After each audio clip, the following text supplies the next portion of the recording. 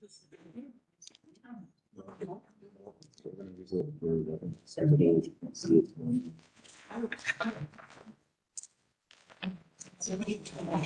of our phones, none of the Wi-Fi off.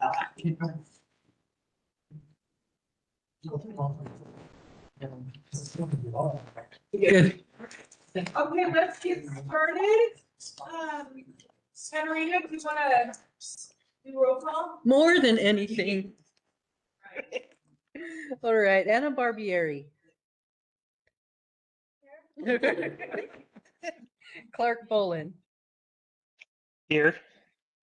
Emily Gray. Here. Greg Shelton. Jared Henderson. I'm online. Keith Zuspan. Here. Lori Stringham. Lindsay Longton. Marcy Houseman.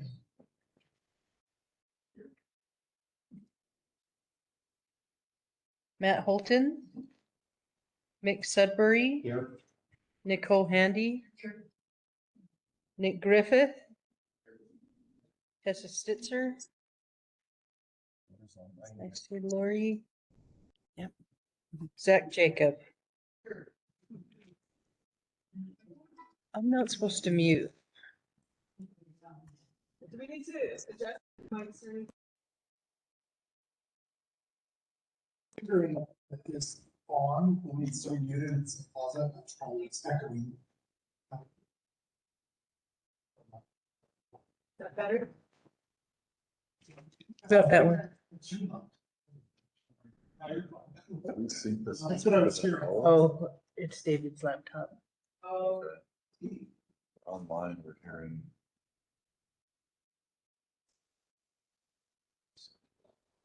well, while we're working on tech issues, let's get started. Like the opening, that is really. To the TV.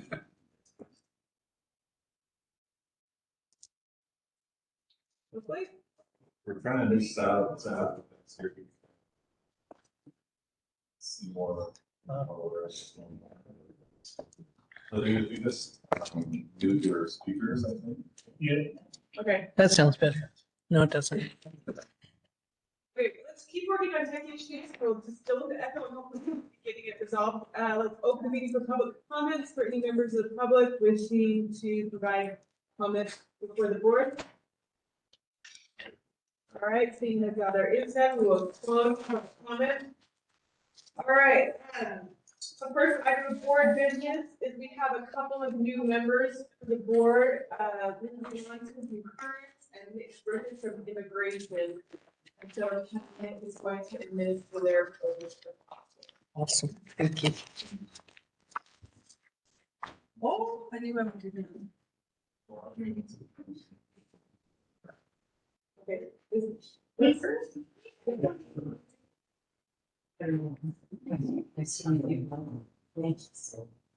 Will you please repeat after me?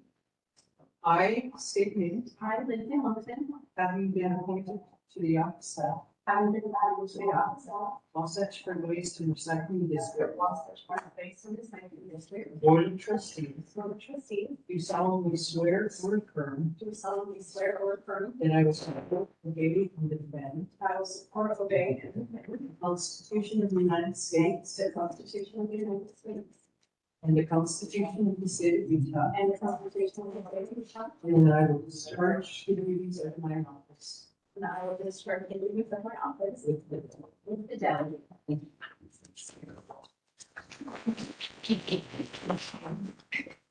And then, Robert is here, and we don't normally get the opportunity to have a previous, board member. Eric, you want to say anything to introduce Nick, and then we'll swear him in? Thank you. So just by way of introduction, Nick Griffith, you the selected chancellor of operating racial candidate has accepted this position. I've been asked to step down and go into UPD's Good luck. yeah, and so we're real grateful for Nick, and he's going to be great for Wilbur. So thank you, Nick. Thank you, brother. Appreciate it. You will some forward working with everybody. Thank you. Look forward to having you. Please raise your right hand and repeat after me. I state your name. having been appointed to the office of having been appointed to the office of Wasatch Front Waste and Recycling District Wasatch Front Waste and Recycling District Board of Trustees, do solemnly swear or affirm solemnly swear that I will support, obey, and defend I will support the Constitution of the United States Constitution of the United States and the Constitution of the State of Utah. and the Constitution of the State of Utah. That I will discharge the duties of my office. I will discharge the duties of. Thank you.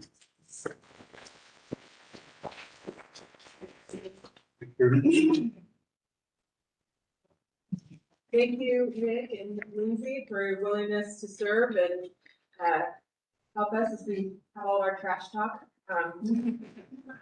So we have 2.2 and 2.3 express appreciation to Patrick Schaefer and Robert Pignon, who's here. I think I will read the resolution for Robert since he's here, and then if I can get a motion to approve those. So be it known and remembered that whereas the Wasatch Front Waste and Recycling District, formerly known as the Salt Lake County Special Service District Number 1, was established in January 1977 by the Salt Lake County Commissioners and renamed the Wasatch Front Waste and Recycling District effective as of January 1st, 2013. And whereas on November 10th, 2009, the Salt Lake County Council created the Administrative Control Board to govern the district effective January 3rd, 2010. Whereas on March 16th, 2022, the County Council reorganized the district as a local district, and the Board of Trustees was granted full governing authority as allowed under state statutes. And whereas Robert Pignon was appointed to be the board, or to the board by the Immigration Companion Council on in January 2022, and whereas his honorable board member has served their respective constituents faithfully and diligently, and whereas the board has been effective in governing the district with the waste and recycling collection services for its over 86,000 households, and whereas the honorable board member has retired from the board, and whereas the district wishes to express appreciation for this board member for their dedicated service. Now therefore be it resolved by the board, this member is appreciated and recognized to applaud all the efforts of this board member and staff. If I may be allowed to ask the resolution forward or maybe. All right, I've got a motion. Can we also add to that for 44, 42? If you would like, yes, also please make a motion to adopt resolution 2 and 4. So 442 and then 443 is for Robert Pignon. Yep. All right, can I get a second? Second. All right, I've got a motion in a second. All in favor? Aye. All right, Robert, before you head out, thank you for your service. And then I think we have something. Go ahead. Oh, no, we don't, sorry.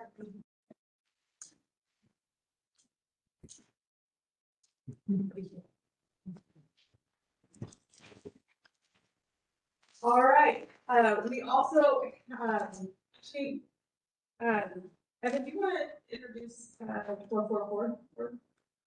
Sure, yes. So Wasatch Front Waste and Recycling, we have several long-term employees, some of which who have retired recently. We do have one of those breaking employees here today, Mr. Ryan Dyer, and I think David Nico was going to make a few words for Ryan as part of appreciating his public service for over 25 years. Yeah, I just wanted to recognize Ryan for his 25 years of service. He was very appreciated. Just acknowledging the accolades that Ryan has brought to the table while he's worked in many roles within the district. He was the one that actually implemented everything back in the day, back when it was 6110. Then he actually implemented curbside recycling. We curbside recycling. Ryan actually hired him in 2007, and back then recycling was subscription based, and so it was all hands on deck to get curbside recycling can for residents. So, he's worked with multiple roles and we really, people, a lot of people, he's met us with a lot of this, thanks for your service. And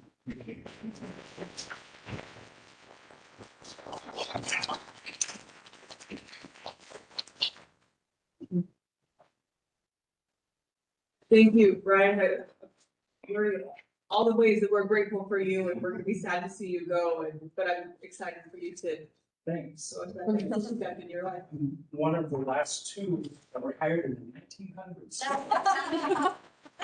Well, most of us were born in the 1900s, so we have. All of us. that goes over better when my girlfriend is in fourth grade school. Oh, yeah, no, I get it. Yes. It's true. All right, I think, in lieu of reading the resolution, we were able to, I think we learned even more about Ryan's contributions from Dave's remarks. So if I can get a motion to adopt resolution 4444. So the second. Second. Got a motion in a second, all in favor? Aye. All right. Thank you so much, Ryan, for. Thank you, everybody.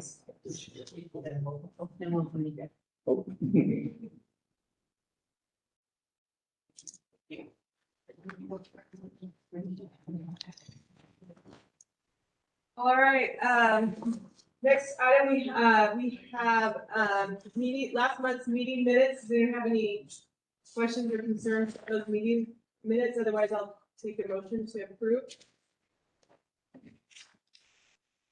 Motion to approve.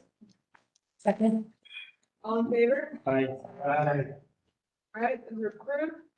All right, let's move on to business items. We have a lot of, I think, pretty exciting items to go over in this meeting today. So we're gonna first turn it over to Evan for the general manager's report. Yes, thank you. Kevin, can you confirm that Tessa is online? Just text from her.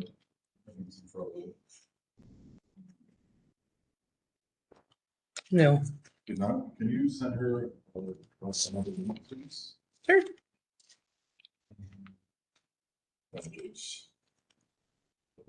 No. Excellent. Good morning, everyone. So I'll try to go through this relatively quickly. I tend to always say that. Some of you may have seen this information at the recent city council meetings. And so we're kind of going over a variety of services that Wasatch Front offers and provides, those total tonnages and disposition facilities for the year.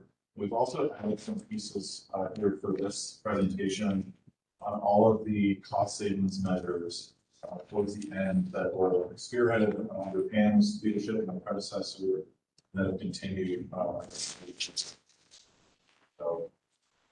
So this is something I'm kind of bringing to the forefront and helping to describe and help our residents, our councils, our board members understand what services are funded and provided on the base services.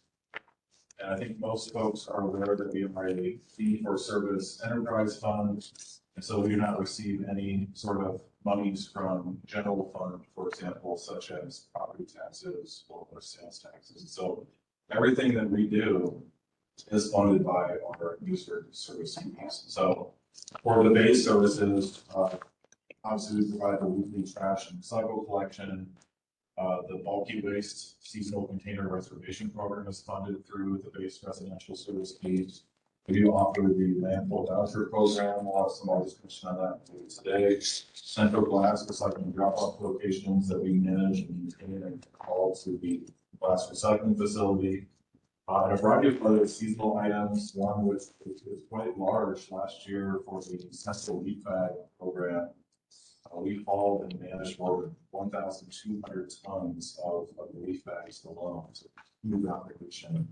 And then we just finished the Christmas tree curbside collection piece.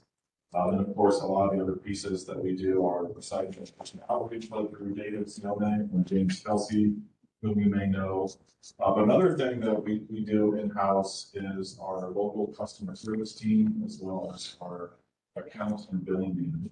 And provided a couple metrics on those today. We'll be bringing some presentations to this board in the coming months, just to better describe and help folks understand what those services entail and the amount of work that is required. So the wheel on the right is basically all of the material that we managed throughout the calendar year of 2025. Some impressive numbers: almost 110,000 tons of trash, over 18,000 tons of recycling. On the right, the SS is our special services. Those are our front load containers for which we provide services to largely government facilities. City of Taylorsville has one. Salt Lake County has a variety of facilities as well. Scrap last year was nearly 6,000 tons. Landfill docks, all those things on there comprise predominantly the base services, with the exception of the green waste. The green waste is a subscription-based service that runs from March through the majority of December for additional subscription costs. That material does cost us less for disposition. It goes to a composting facility. That material is reclaimed and redistributed throughout the community for that. So that's been a growing program, a popular program. So we're hoping to continue to grow that very much to offset our costs from disposal purposes, but also keeps space at the landfill, supports our conversion initiatives for the organization. Next slide, please. And feel free to interrupt with any questions. This is just an overview. We do have a larger map in the room now that has a very almost exact same map with some more information on it. But just kind of talking about what comprises Wasatch Front Waste and Recycling Service Area, how many households are we servicing through various cities, for example, and as the end of December of 2025, we had 86,495 homes that we're servicing. This does not include the special services accounts, those other ancillary services that we mentioned. And one thing just to point out here as well, so our collection days, we try to keep those as part of a jurisdictional boundary, but obviously they cross over in some cases, and our collection days, our go-back days, facilities that we deliver the materials to, those are all based on ways that we can maximize our routing efficiencies, but in some cases are also based on where we can have the least cost for the post-collection materials that are going to a landfill, transfer station, recycling facility. Next slide, please. This is just a picture. I'm not going to spend much time here, but just a little calculate service. How many cans do we have? So people sign up for extra cans, secondary cycle cans, the green waste program. We do have a curbside glass program as well. Total cans as of December 31st. This is just the residential curbside. Nearly 200,000. Next slide, please. So you'll start to see a recurring theme. We're looking at ways to enhance our data visualization. So the orange colors here constitute refuse, trash, for example. Blue is recycled, green is the green curbside, and glass is purple. So the idea here is just to kind of show where the materials are going by service area, by city, and then looking at different ways to visually represent these data. So Mill Creek, being the largest number of homes, has the largest tonnages, also has the largest tonnage of recycled, green waste, for example, and actually has the largest number of green waste subscriptions as well. But also just to point out briefly, the SLV LF, that's the landfill, SLV transportation TS, that's the transfer station. Transjordan is the southwest portion of the county, landfill, RMR, water treatment, recycling, space management. So all the areas that we're hauling to, you'll see some of these cities and service areas are split. Those depend on a variety of factors. So how much you will get later on this presentation. Next slide, please. So as part of that, and one thing I should mention is that the tonnages that are represented in the previous slide and for the majority of these subsequent slides is based on the curbside collection materials only. So they do not include scrap tons, they do not include leaf bags, they do not include the front load special services tons. And so we wanted to look at, in addition to the tons, what are the correlating costs for disposition of those materials. So each of the cities, we've included the cost for disposing of the curbside waste, the recycling reclamation, the green waste, for example. And the bottom right-hand chart, we plotted the number of homes serviced on the x-axis as a function of, on the y-axis, the total tipping costs. So for combined trash, recycle, and green waste. And then we fit a linear trend line to those data points. And you'll see the R squared basically represents the correlation of those data points. And so that R squared of nearly 90, a little over 98%, 0.98, shows that there is a significant correlation between the number of homes replacing and the related cost of the disposition. It shows a couple cities kind of stand out. The one that probably pops out the most is the combined Heritage and Southwest unincorporated area. So being that it's above the line indicates that it's costing a little bit more on average than other cities for the disposition of those materials in relation to the number of households that are servicing. And again, these are just disposal reclamation costs. Does not include our driver time, fuel, repair maintenance, overhead, et cetera. But predominantly, the reason for that is because we pay more per ton at the transfer landfill. Pyramid is located in close proximity to that facility, and so naturally we fall to that transfer. So that's largely why that was there. Mill Creek is firstly a little bit lower. I think that's a result of having more reclamation, more and more glass diversion, for example. But most of the other service areas and cities do fall very close to this fitted linear trend line. So an interesting analysis too. These are things we're looking to continue to bring forward and look at new ways to look at data and evaluate trends. And of course, visualize that in a way that is easily and readily interpretable. We have millions upon millions of data sets, so we're trying to really consolidate those and present those in a way that are meaningful, but also the bullet points on this slide, we'll talk about the first three a little bit later on in this agenda. We have Renee's done an incredible amount of work for the Finance or Administrative Manager and looking at the three-county area, Davis County, Salt Lake County, and Utah County, looking at the service cost comparison for residential trash and recycling. And a few things that we've noticed, and first and foremost, is that the comparison between services and rates are never an apples to apples. There's always some sort of difference program or service or funding mechanism. Some cities offer customer service and billing in-house, and therefore in most cases would be using other types of general fund monies to fund those programs. We are seeing that overwhelming majority of cities throughout this, what I call the tri-county area, people look at me and we really say that, but the combined Salt Lake metropolitan area is that a large majority of the cities are offering now regular week recycling as opposed to weekly recycling, such as lost hit recycling. So more to come on this, and we'll talk about this a little bit further today. Next slide, please. This is just an overall comparison of the tonnages from a year-over-year, from 2024 to 2025. 2025 is the orange bars.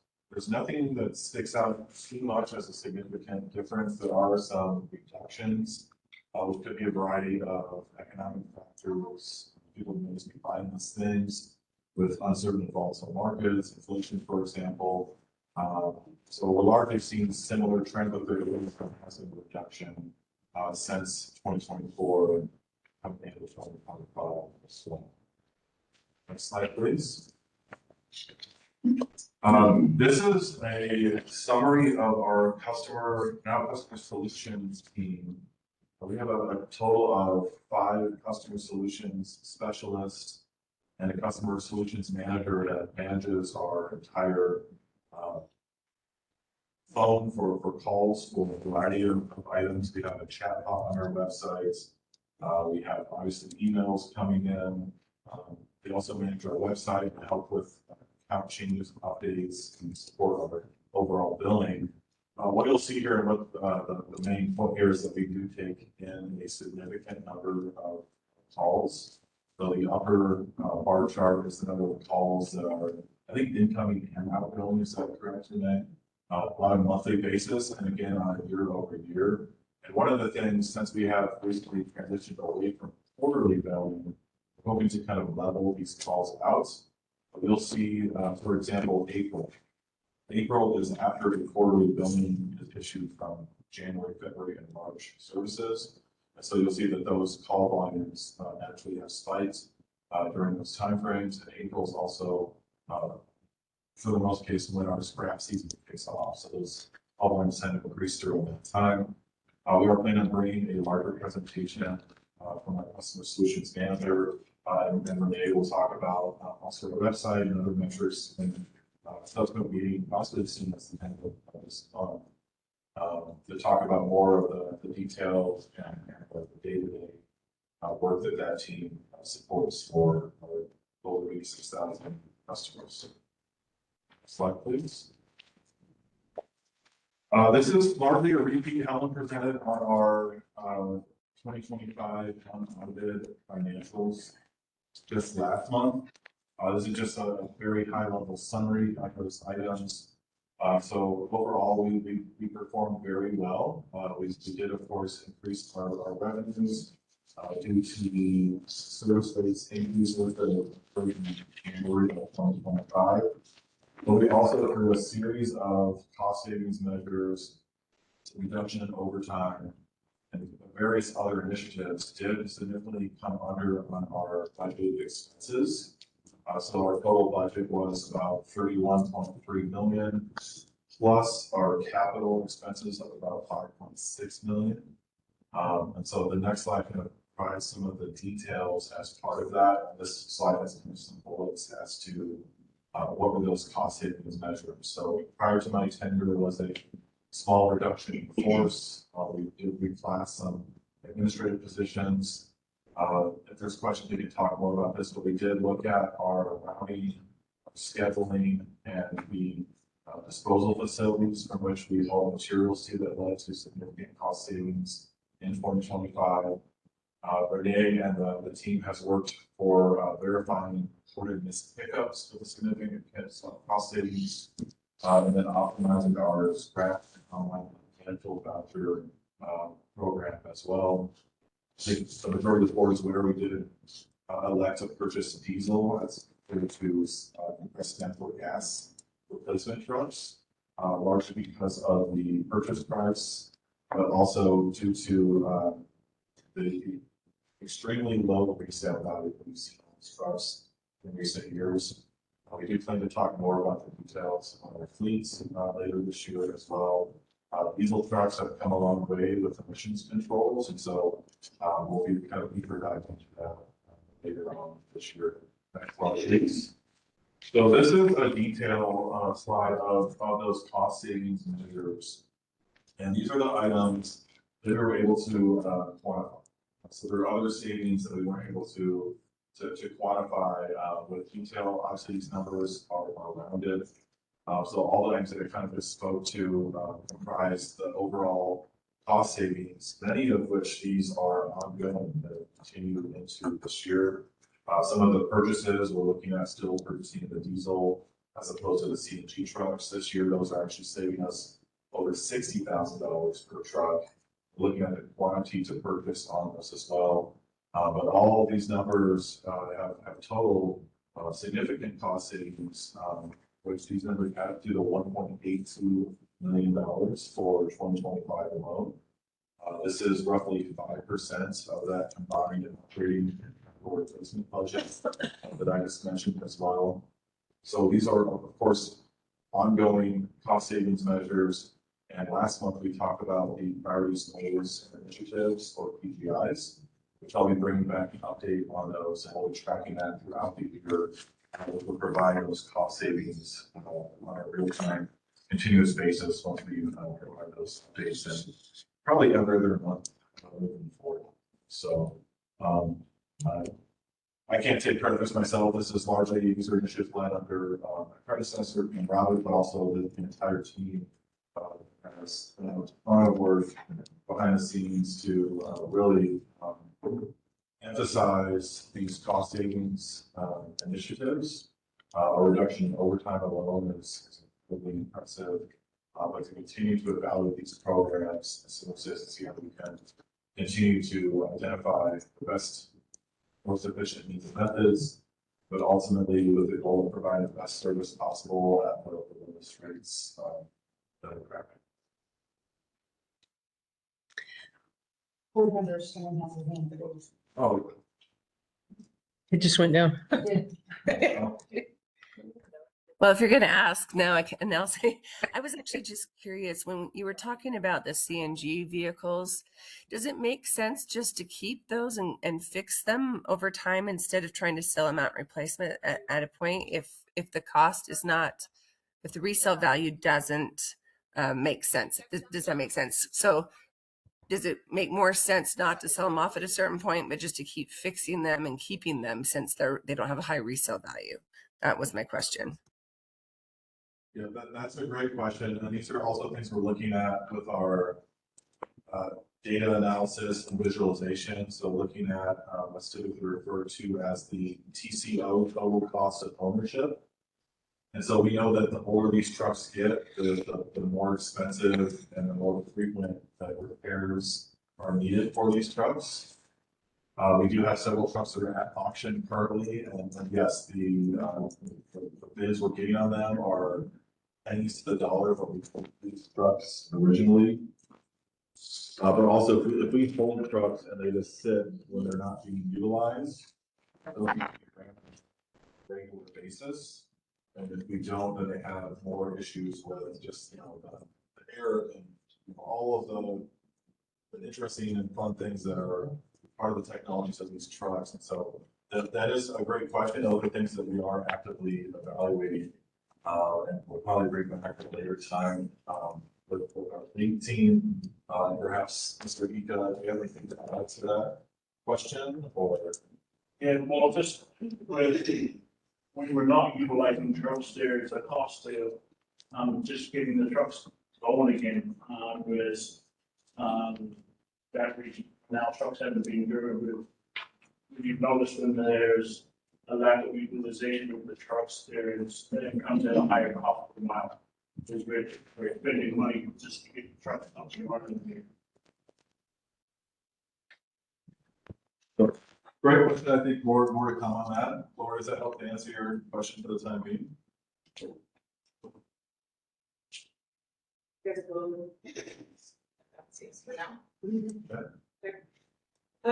Before we go on, I know that I don't want to rush through some of the other business items. I don't know if there's any last things you want to add before we move on to the next, because we're running with the. Yep. I could be extremely brief on the next two slides.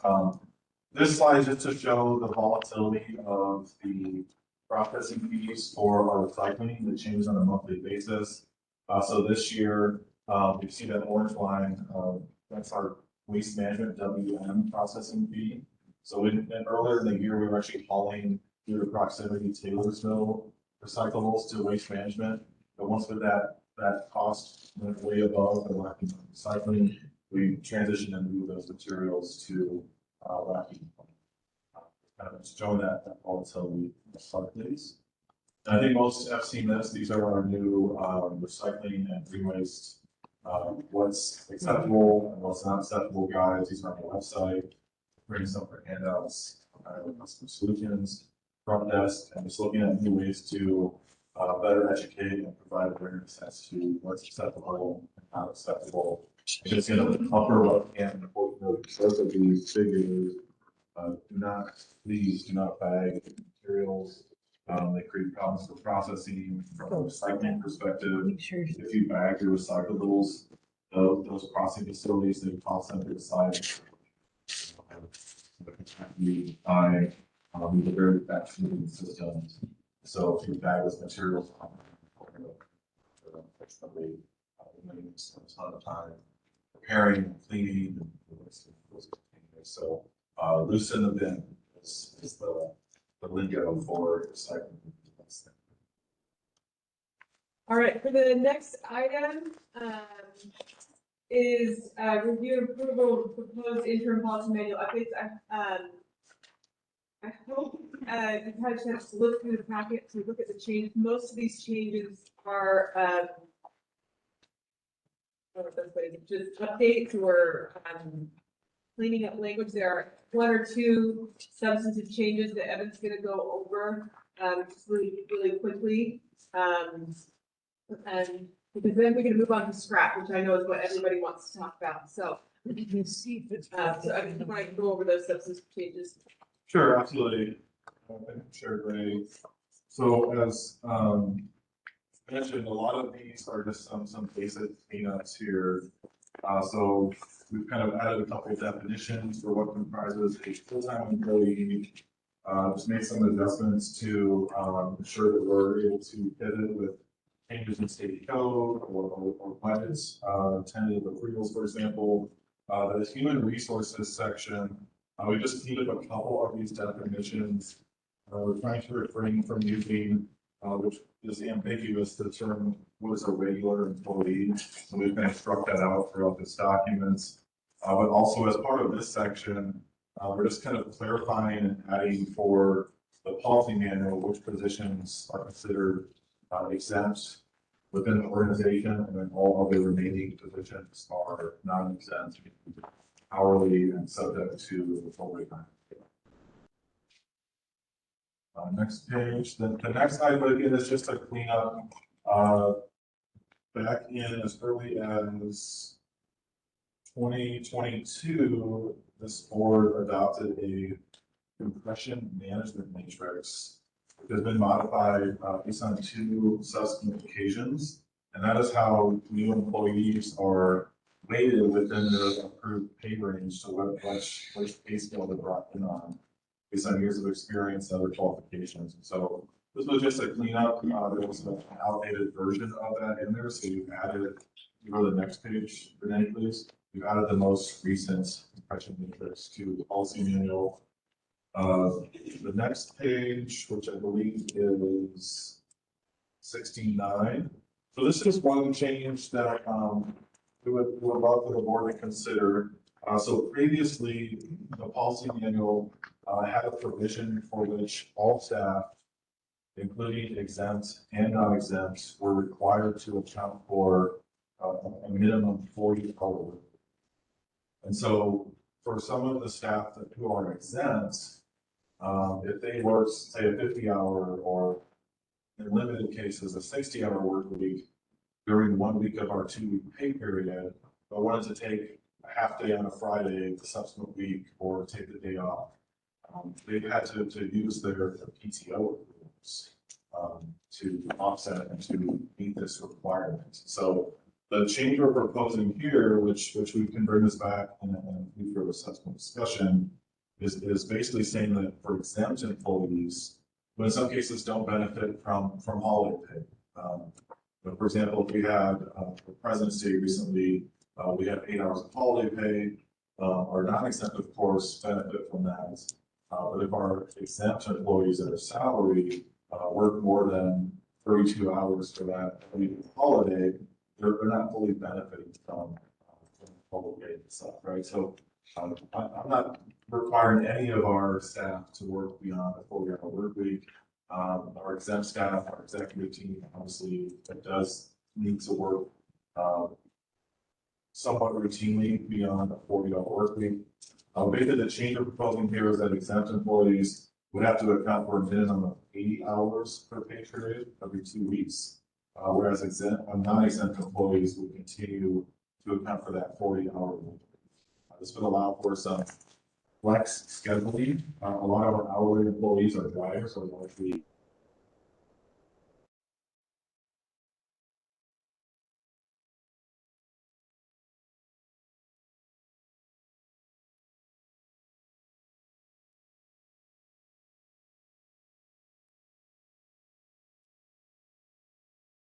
for 10 hours on operations or customer solutions team. You know, I'm pretty much here well beyond those timeframes. Ultimately, so a 980 schedule, you work a 9-hour day on Thursday, 8 hours Wednesday, and then the next week you work a 9-hour day Monday through Thursday. If coverage needs are met, and some of our employees need to take that Friday off, then it could be a release. Questions on this proposed adjustments? You're okay supporting this particular item? Okay. Awesome. Next couple of pages, there's some more cleanup. Specifying our pay periods that are based on 2 consecutive work weeks. Just cleaning up some of the language in here. We've moved the definition for adult designee to our FMLA section as opposed to the HR introductory section.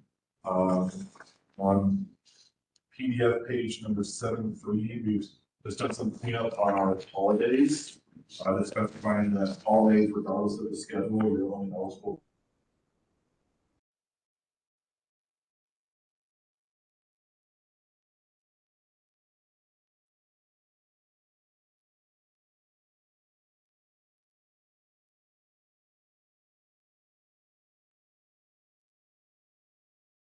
$8 of holiday pay, which is page 75 of the page. You scroll down to the next one, please. I'm sorry, I'm cleaning up this one. I'm sorry, so for PTO, we're also cleaning up, and for holiday pay, the previous sick leave conversion that was historically completed prior to my tenure as well. So we've deleted what's no longer necessary for that language and added it to our PTO section, which is this page here as well. So that very new section on the bottom is providing that historical reference. Some employees did bank their sick leave and are eligible for a payout up to 25% of that on retirement. So we're keeping that, retaining that piece in this policy manual as well.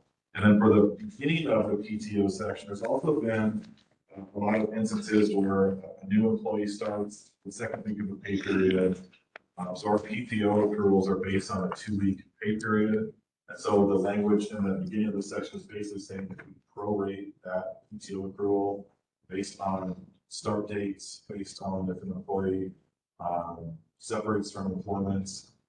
So these are helping to drive our internal standard operating procedures, how we manage our payroll as well. So just adding some clarity there as well. Again, please stop me if there's any questions. I do have a question. Yes, sir. So I noticed on like holidays, you still provide service, for garbage. So is that an overtime, holiday pay when they're out there working?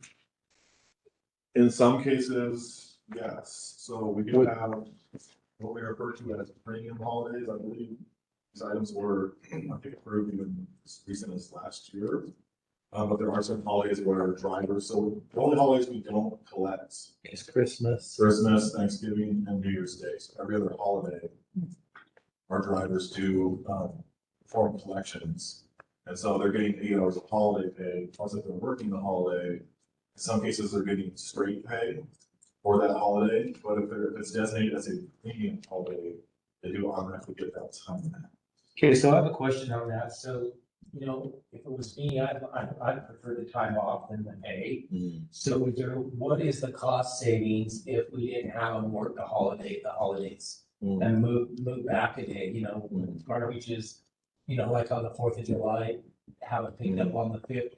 I'd like to know what the savings would be, by, not having them working the holiday for the overtime and. Those are Well, great. that could be a cost savings too. That's definitely something that we should look into and get back to. That's a really good.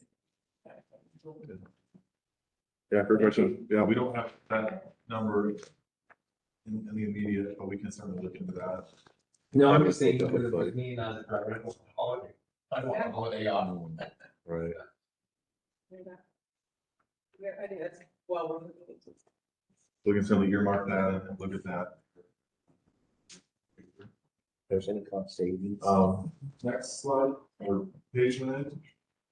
Rachel, our, the board council and the district attorney did look at all of these proposed changes, but also proposed a cleanup on our military leave section, and basically just referencing USERRA, which is the federal law for active service duty members. Instead of getting them granted, you have to agree to allow us that flexibility. Also, if there are changes coming up, the law that we can adhere to that on a case by case basis, which has not occurred in any recent past that I'm aware of. Anything else with that, Richard? No. Okay. Let's see, we go to the refunds section today.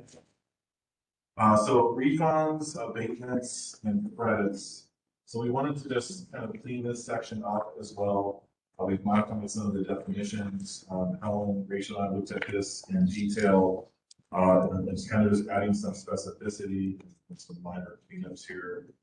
This is kind of giving the authority for me to issue and approve refunds, credits, and to negotiate payment plans if there are abatements or folks that were being undercharged, allowing that flexibility to be built into here. But again, largely to clean up as part of this policy. And Well, I wanted you to finish because I wanted to go back Okay. and ask a question. So before, was there anything else on the manual? just one final, which is the page we're at now. Actually, before you really pass, was the question? Yes, sir. Previous slide and taking district administrator to district. Defines district. Yeah, so that's something I had actually asked. That was like a technical error because we don't have a district administrator. Okay. So, and throughout the policy, when we refer to the district, we don't, you know, it was just an error. Okay, thank you. And then the final page, maybe you could just jump back there. Last one, we talked about the waiver provisions for the landfill voucher program. We provided a variety of scenarios, but we identified that we have been exceeding that 2% on an annual basis for the past, I believe, 5 consecutive years. And so we're proposing for the time being to increase that to up to 5% of the total household serviced by the district. We're adding, in some cases, there are vouchers being used at the new transfer station in Sandy, which is operated by Trans Jordan. Also specifying that we can allow exceptions for small unincorporated service areas such as anyone or So, just to clarify, so this is just to get our policy in line with what our practice actually is. correct. All right, Marcy, you said you had a quick question? Yes, I think I missed it or, so I just want to clarify. I know, so before 334, the red line showing was striking. And this public statement of the general manager's annual compensation. Is that another thing that isn't in alignment with our practice, or is that a new? Sorry, So- where? That's a great question, and I apologize for skipping over that. It's 40.4. Yeah, maybe I'll let Rachel speak to that. I think that was a recent ad that we didn't actually follow last year, but So- it seems somewhat unorthodox. So, yeah, we've actually never really had like a well-defined policy regarding reviewing general managers' performance and kind of stuff. And that was one thing that Pam was you guys adopt right before she left. And then Evan came on and it was his very first year and it felt like we didn't need a performance review after only being here for like 2 months or however long it had been, you know, and so we've never done that policy yet. And so as part of this plan, we were looking at it and just that section about announcing the pay in a meeting felt a little unorthodox and we decided to pull that back a little bit with the team. That amount is public information. It goes on the transparency website, but just in the interest of like, not being awkward, you know, when you're in a public meeting with everyone sitting around and stuff, this, you know, and it's not about trying to hide that information because it's like I said, it's a public record. It just felt a little bit more typical to do it that way. You guys will still talk about it in the session. It says it's paying everything and then it's public record, but we just didn't feel the need to that, and it was going to be in the open session part. So that is, most of this is cleanup, grammar, like I did all of that, and to your point, Chair Gray, that it's, a lot of it is striking things that no longer align with our current. But you're saying this one is This one, not actually our current. it's not. If anything, we've done nothing. Like Pam just went for many years and it was just never addressed really much at all. I mean, there'd be a closed session every once in a while to discuss her pay, but then we never went out to the open session and like announced it. So if anything, that's more within our practice. And so, yeah, she wanted to add something in to make it an official, that we have an official time period to review performance, which is a good idea. Yes. When we were just doing this review, we're like, kind of gone a little bit too far in trying to correct the issues. So just, like I said, we've never actually done that policy yet, so. Okay, and that's great clarification. I want to make sure we were not striking the review process. No, definitely not. No, Not this is still there. Yeah. We'll do that this year for sure. We let Evan off the first year because he only been here for like 5 seconds. No, that makes sense. I just, Yeah. that's a really important part of it. Absolutely. And that was the more important thing we were trying to address when we added last year, is that we need to have it more formal. This is gonna happen every year. Thank you. No, that's a good clarification. I'm glad you brought that up. All right, so we need to move on to scrap. We're running a little bit behind, but I know scrap is what we all hear the most about. So I want to make sure we spend the time that we need on that. So hopefully there can be a motion. Oh, sorry, do we need a motion? Do we need a motion or just a Motion to. Okay, we need a motion to approve, sorry, the red lines on the policy manual. So moved. Second. All right, a motion and a second, all in favor? Aye. Aye. All right, so we approve those, policy manual updates, and now we move on to scrap. Sorry, you can tell I'm excited to talk. I just wanted to make sure you got my eye. We did, Laurie, thank you. Perfect. Excellent, thank you very much. So this presentation today, I'll shortly here, I'm gonna pass it off to Renee and also David, our operations manager, to go through a variety of slides, and then I will support the discussion towards the end. So our scrap program, probably one of our most popular, but also the one that I think many of you have heard a lot of concerns about, or lack of serviceability. And so this is, for the purpose of this meeting, it is an update on what is the program, especially for some. What have been our historic challenges? What are the opportunities we have to improve that? But also, what are we doing this year, putting our recruitment and retention efforts? This program does rely significantly on seasonal CDL drivers, which is not completely bad to come by. But we also have some really exciting ideas that will garner some excitement, but also some discussion that we'll talk about towards the end of this presentation today. We've been planning and having a recurring topic internally on scrap program for planning and looking at what's the best means and methods to manage our bulk waste program in out years. And so just as recent as last week, and we are continually discussing this, but I've asked the team, the staff this year, is that for 2026, we'll discuss kind of what our plans are. That is an all hands on deck for this program this year. And so we talked earlier last year about increasing our number of containers per day from at least roughly 60 to 72. We're hoping to exceed that, but also that kind of approach oftentimes is to under promise and over deliver. So make sure we don't over promise and under deliver, obviously. But then towards the end, with the semi, I'll pass it off to Renee. Thank you very much. Yeah, so as Evan just said, this is probably our most popular program, could be in the positive or the negative. So we are working to make it more positive. And so just to overview what the program is, we generally start mid-April. It's 120 days a year that we do this. And when a customer gets a container, it's generally they have it for one day.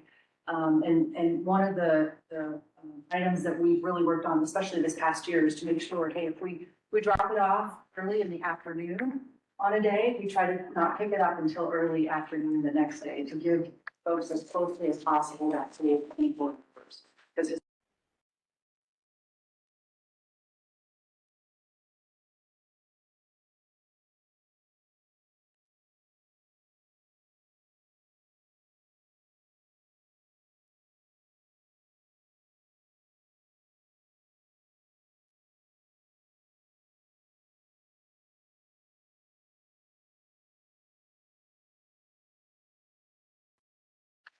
by their population. So we generally try to get between 9 and 10% of your city, that allocation. So it's based on that. And then the order of cities rotates across the district each season. So every year we just go down that rotation. So currently this year, I think we started with process right now. Folks have their postcards and the buzz has started. You've heard it. And then as you all know, funding is all sourced from our base residential fee.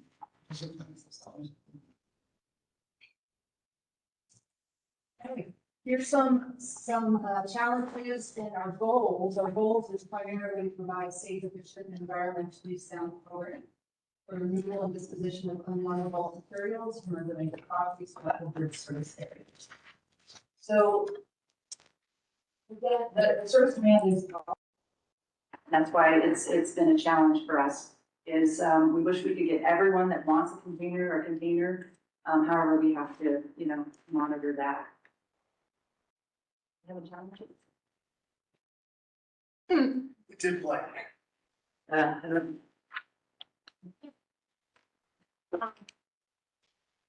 Is everyone still able to hear us online? Anyone able to still hear us?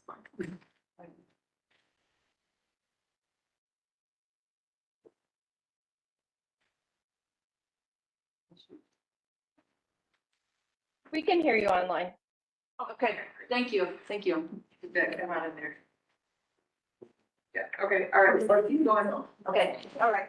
So as Evan briefly covered, some of our biggest challenges have been to get the right people in place, and those with CDL drivers are a challenge. And then also just confined properties, placing that container where the residents in the neighborhoods can actually use it has been a challenge too. And then obviously, ensuring service quality across, our one-time and recurring customers. Any questions up to this point? Okay, the process, tiered process. This was what we introduced last year. This was our first year trying it out. We had 3 tiers last year. We had early bird, early access, and general access. One of the items that we summarized in October board meeting of this last year was how one of the possibilities we were going to look at is just making it even simpler. So we're just going to narrow it down to 2 tiers. And so what we've looked at, it said, okay, our early bird and early access customers, they're essentially our customers that did not get a container last year at all. Whether they participated, they were on the cancellation wait list or whatever. And by looking at the volume and looking at what those folks were, we said, we can do that. We can go ahead and combine them. So now, starting with our next community, which will be Granite, there will only be 2 tiers, early bird access and general access. So early bird will, like I said, it'll just essentially include anybody that did not have a container last year. And then the general access, any spots that are left open will then be open to the rest of the community in that area. Some key takeaways from last year, starting mid-season, the reservation slots, we were able to open them up at 8 a.m. So then we didn't have to do the Taylor Swift syndrome is what I call it. We're open at midnight and reservations were gone within like 3 minutes. And also my customer solutions manager didn't have to be on it midnight to answer questions. This really helped. And the reason it helped is because we were able to spread those phone calls out over those different tiers. And so after that first area, we were able to see, hey, that does work. So now we can open them up at 8 a.m. again. Thank you. Yes, yes. And so as I just covered, we need the 3 different tiers, we now have 2. And then another key takeaway that we thought would really help us is explaining how the program works earlier on in the season. And so, I've written up a small newsletter article that we're going to include in this next community newsletter that you all will get, explaining, hey, it's coming up. Here's where you can go to find out when your area will be ready to get their postcards, etc. And I was wanting to show you all brand new thing that we just added.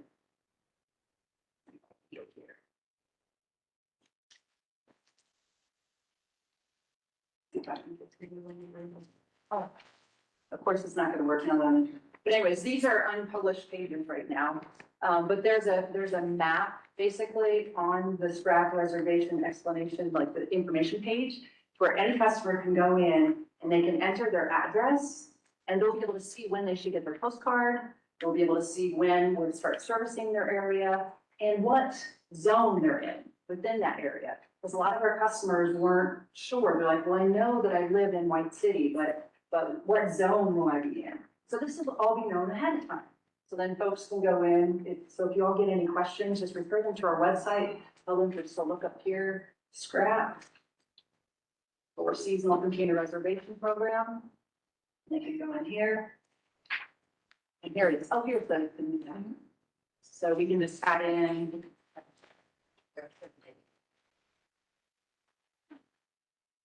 Address. And this now shows me, hey, look, I'm going to be early bird. If I'm an early bird reservation person, I didn't get a container last year. This is when I'll be serviced. This is when my whole area will be serviced. And this is when if I got a reservation last year, I'll be in general access. So if there's spots left open, this is when that will open. So just giving folks more information at their fingertips, where it's a little bit easier. This is work that our GIS coordinator does, amongst many other things, helping with our routing as well. So it's tied into the Salt Lake County portal and all the GIS stuff as well. So we have a variety of tools as well. Yeah. So, and I think, Renee, we're also expanding the online reservations, not just one day or a couple hours.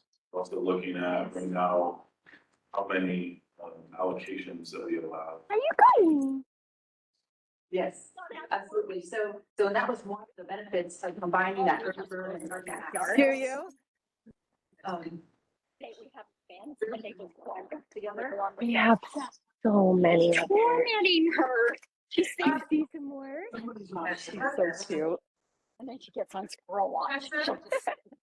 Has that Oh, been there's one.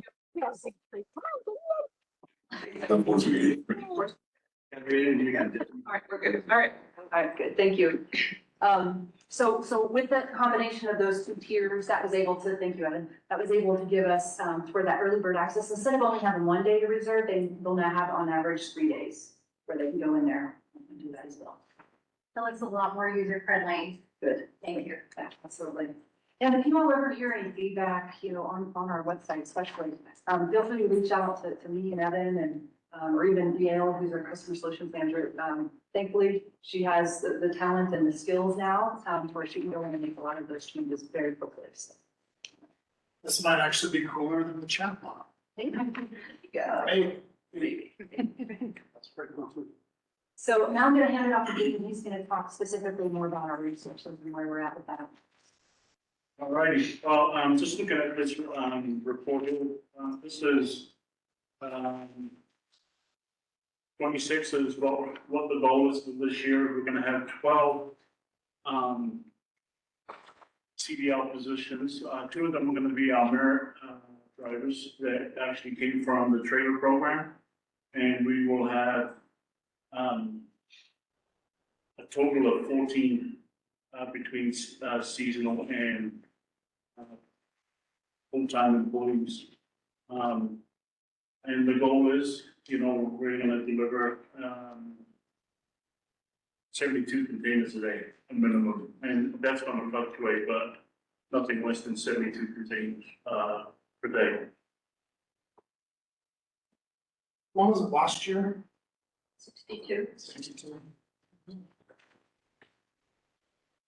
And that gives us about 1,100 more, almost 1,200 more containers, Yep.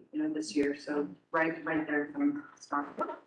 And if you look at the history there from 23 up to 25, it shows how many containers we delivered annually by year.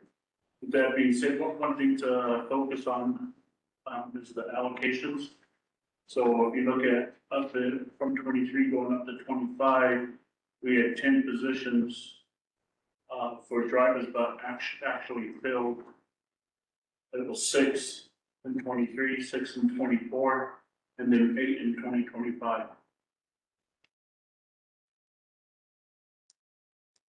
Are there any questions or comments? We're excited for so many more, containers delivered. Do you know, question, do you know the cost of adding these extra 10 per day? When all is included? It's largely gonna be related to the disposal costs as part of that, so, if you go back one slide a day, we haven't actually crushed the numbers, we did build it into our original budget forecast as part of this, so. We got rid of the grounds crew positions and added those additional 2 drivers for seasonal. Obviously, it's contingent on if we can recruit and retain those drivers, we'll talk about that, here in a subsequent slide. But with the additional containers delivered and materials hauled, that would obviously increase our fuel consumption, related costs, the driving time, which we already have budgeted in, but largely the impact will be with the disposal fees for that. So we can certainly look at that, but I imagine that those were forecasted in the original budget that we allocated for those costs. And I think also, correct me if I'm wrong, the trailer disposal costs that we now paused for the year were reallocated to the scrap program. So. Okay, thank you.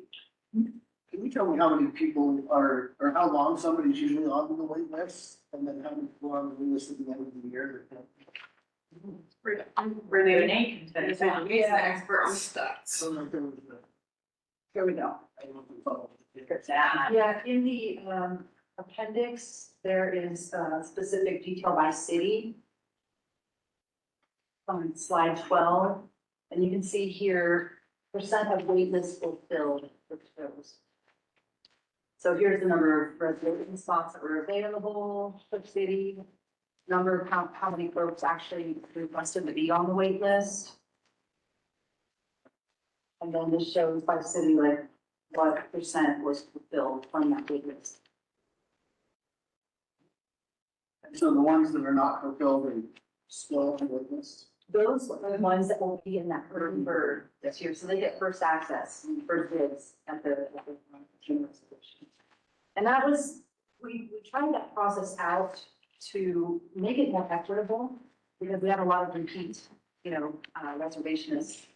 And as you can see here, this showed that the tiered process actually worked, where you can see here, repeat reservations dropped from 42% down to 28%. So it showed that program actually made it more equitable to more folks that had not gotten a container the prior year actually did it. So. Yeah, ours was, Taylor's the one, I'm so proud of this, 34 to 11%.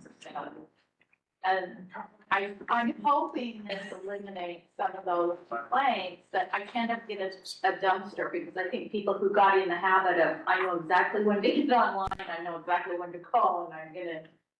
So I think that's pretty impressive. The city got down to 3. Oh yeah, but you also. We have a lot of people that like to use that Yeah. program, so. Mill Creek, that's really cool. Cool. Okay, thanks. Perfect. All right, moving on to, just some additional information. Currently, we have posted the position for the, CDL position for, scrap container driver. And, we currently had, how many? We have 15 applications, 7 of those are repeat, they were advised in the past. We are doing some of this later on. No, we'll have to bring them, so we want that. Yeah, so, Halo's our HR manager. we sometimes have people that don't make it through the season, the drivers, and so this time, instead of doing a monthly recognition meeting, the scrap drivers, we're actually advertising an end of season incentive. So if they stay the whole season, it could be up to $600, so it's gonna be based on a month and the hours that they worked. But I'm really pleased, we advertised it, this is live, it looks like. We started last Monday, and we already have that many applications. We're advertising in new places, so between that and then the incentive, figure it out. And candidates, stay on. And the incentive is essentially cost neutral. Because we already have internal recognition programs. And so this was essentially taking that and saying, you know what, instead of giving those monthly awards, let's go ahead and have folks stay a little longer. And make sure that we incentivize them to stay. Yeah, so we met internally and kind of strategized, should we offer a sign-on or a 1 month kind of incentive reward or something like that. But we also looked at something that I've used as a tool in the past to strategize. Some collection haulers will list a equipment operator as the job title. So we've changed the title to say CDL driver. So it's seasonal. We've also added the word local.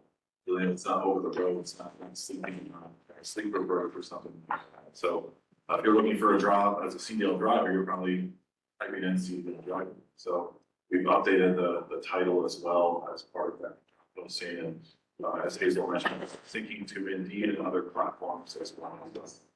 15 is a pretty good applicant pool based on 1 week of posting plus the recurring seasonal drives that we had to shoot. So hopefully, fingers crossed, that we were able to maximize our capacity for those 12 drivers, and the retention effort is part of that end of season incentive award as well. So if we keep those drivers on through the entirety of the season, sometimes we oftentimes have drivers start and then they're gone within a month, they just stop showing up. So it's recruitment, but also the retention piece. I didn't actually introduce Sione. He's our recycling manager, but also manages the scrap program for our operations team, working with David and others. So again, really trying to ramp up our support and our resources and internal management of this program this year to make sure it's as successful as possible.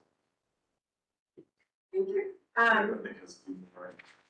I know we're running a little bit behind schedule if we do want to talk about the 2027 considerations. If you want to even with taking that off the agenda at this point, so do we want to still talk about the 2027 considerations? Because we might need to jump ahead. I think we do. Yeah. Okay. So I apologize. We're not trying to cut you off. We're just trying to keep going. So who's talking about 2027 considerations? And then we'll go ahead and cover. Yeah, if you could just back up, and I'll just do like 5 seconds. So back up one more. So this is the current service area dates. These are for the actual servicing, not the postcards, not the reservations, but looking at those various service areas in Windward. We're looking at those. We'll talk with our new board member Griffith about the plans for Emigration Canyon. We've talked with Canyon. We've talked with Vice Chair Zusman about the plans for that this year, which will continue with the trailer-based scrap program as well. But if you go to the next slide, please, Renee. We've updated our scrap agreements, and one thing we spoke about earlier this year, I believe in January, was that we can no longer, even though we weren't accepting before, we cannot accept tires in these scrap containers. So we've updated our list of prohibited materials as part of our scrap agreements. And we're looking at having potential cost recovery assessment fees should those materials be added or included in those containers upon the time of pickup. The other item I want just to point out as well is that our scrap program accepts materials that are typically not accepted in other bulky waste programs, and that includes items such as construction and demolition debris. Those are oftentimes not included in your standard curbside programs. Rock, sod, dirt, and other heavy materials are oftentimes not included in those programs.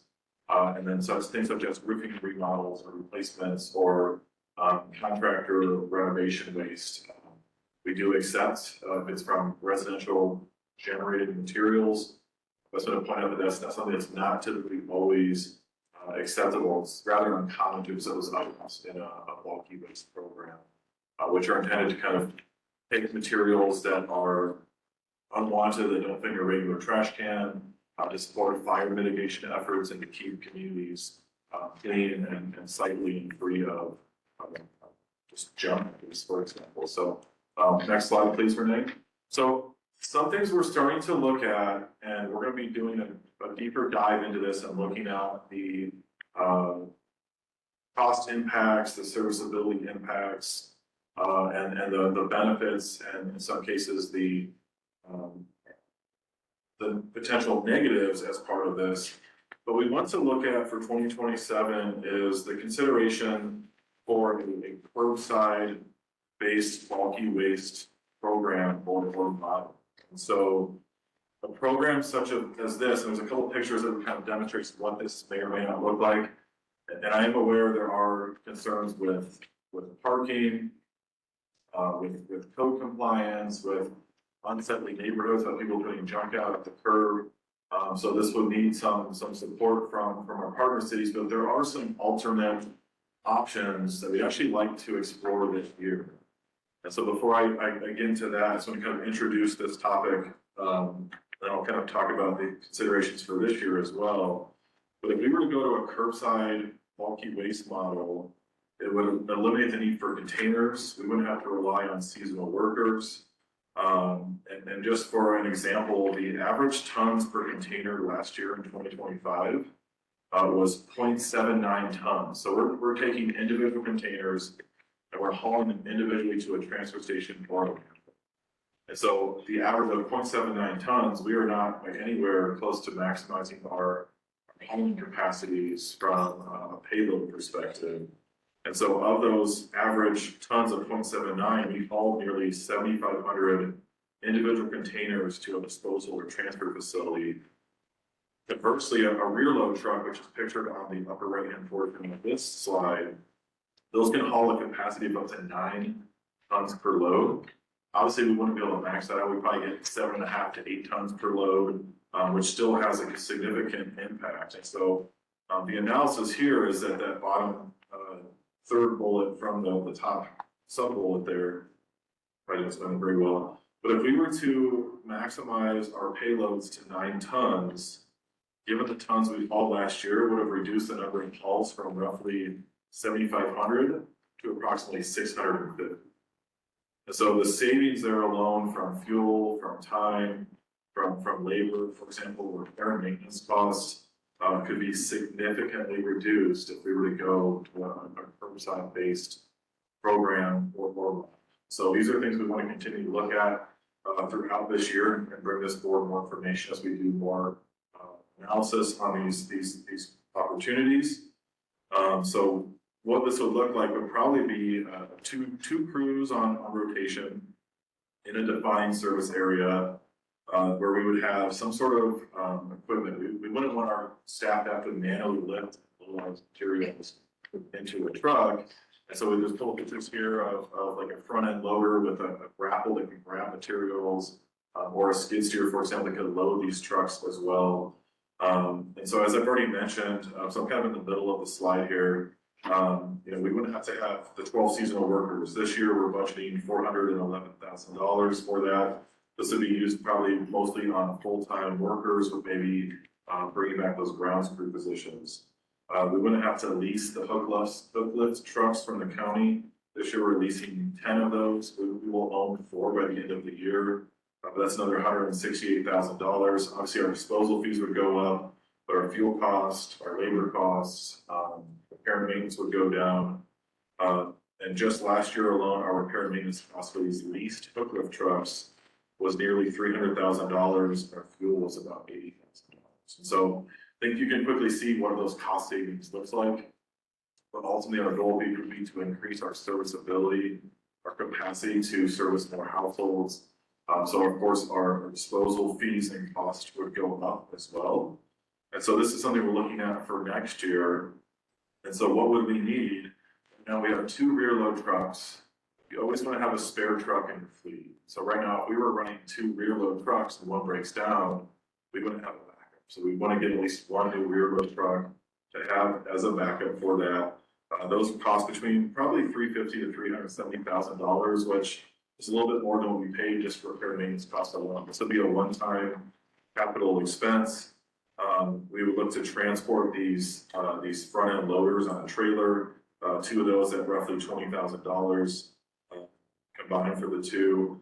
And then probably getting these small front-end loaders with the grapples. Those are looking at about $60,000 per unit. Of course, we would need support from all of our partner cities, and in some cases, possibly our code compliance support, MSD and other cities, code compliance, but also, and obviously this would require a very large scale education and outreach campaign that we would drive and work with all of our partner cities on this. So I want to talk about, I've highlighted in the blue font, the alternative central loadout consideration. So some cities may not want to go to a curbside-based program. And so the idea is here, and Renee talked about the zones. And so, for example, I always think of Taylorsville. So we have parks where customers dropped off their leaf bags, for example. So the idea here is that, and we could even possibly start this year, we would just want to get information and ideas from partner cities, board members, for example. So say, for example, we have 60 containers spread throughout a zone in Taylorsville. Instead of us having to haul each one of those individually to the transfer station or landfill, say we deploy a team with one of these rear load trucks and rented a skid steer to a central location, such as the park in Taylorsville where the leaf bags are dropped off. We staff that location, and so we have containers coming throughout the day, dumping those materials on the ground, and we have a team there that's loading those with a skid steer or a machine that's grabbing that material, maxing out the rear load trucks, putting those trucks on rotation. So this is something we've just started to look at, and we could actually even deploy this year. And I think we could even possibly double, or in some cases triple, the number of containers we could service per day. So having these central loadout considerations, something we could start as a trial this year based on certain areas and cities that want to explore this opportunity. So in essence, we're hauling containers from properties to a central area, loading those out, filling the truck up. That truck leaves, goes to a landfill or transfer station, while the other truck comes in as a backup, and we're constantly loading out those materials, maximizing our bulking of those trucks, and then minimizing our transportation and fuel time to and from those disposal facilities for the materials. So what you're saying is, I would take my stuff over to a central location to like, let's say Magna Park, right? And there'd be a dumpster and I'd dump into that, right? That's one option. So this is still servicing individual homes. Okay. But instead of those individual containers having to go to, excuse me, a landfill that may be 5-10 miles away, they can go to a central loadout location that may be only a mile away. Those materials are dropped. We're just managing that internally to bulk those loads, bulk those materials into the rear load truck, and then haul that to the landfill. So conversely, we could have a cleanup day and provide a similar type of service where customers could haul their materials to a central loadout location, which is what we were originally planning for immigration, bulking those materials, loading those out, and then hauling those trucks. So I just want to clarify, it sounds like you're talking about 2 options. One is the 2027 option where you're having the curbside, Right. And then with the central location, but then for this year, you're talking about with the containers for being delivered to the houses, those would also go to, say, Magna Park or what, so, okay, so it's related but slightly different for this year as opposed to next year. Correct. For this year, it would just be kind of a trial on these central bulk loading areas. As long as we could identify a safe area for ingress and egress and to load out those containers, we think we could bulk those materials up. And so we would heavily rely on board members and city staff to identify areas that we could drop those materials. And so Taylorsville, you know, we have different zones, right? So we want a zone for the east side, a zone for the central, a zone for the west side as we progress throughout the season, and finding those central locations that the drivers could haul those containers to. We can bulk load them, and then haul them to the facility. And so for cities that didn't want to go curbside in 2027, if we were to provide options for that, some cities may want to continue the container-based program. But the idea is that we can still, if we continue that container-based program, still offer the central loadout where we can maximize throughput, maximize our serviceability, and get as much material out of households and properties as possible. Okay, so it looks like we're looking at kind of three situations. One is for this calendar year for 2026, identifying it in our respective areas, a central location where we could drop off for the traditional scrap program. And then second is next year,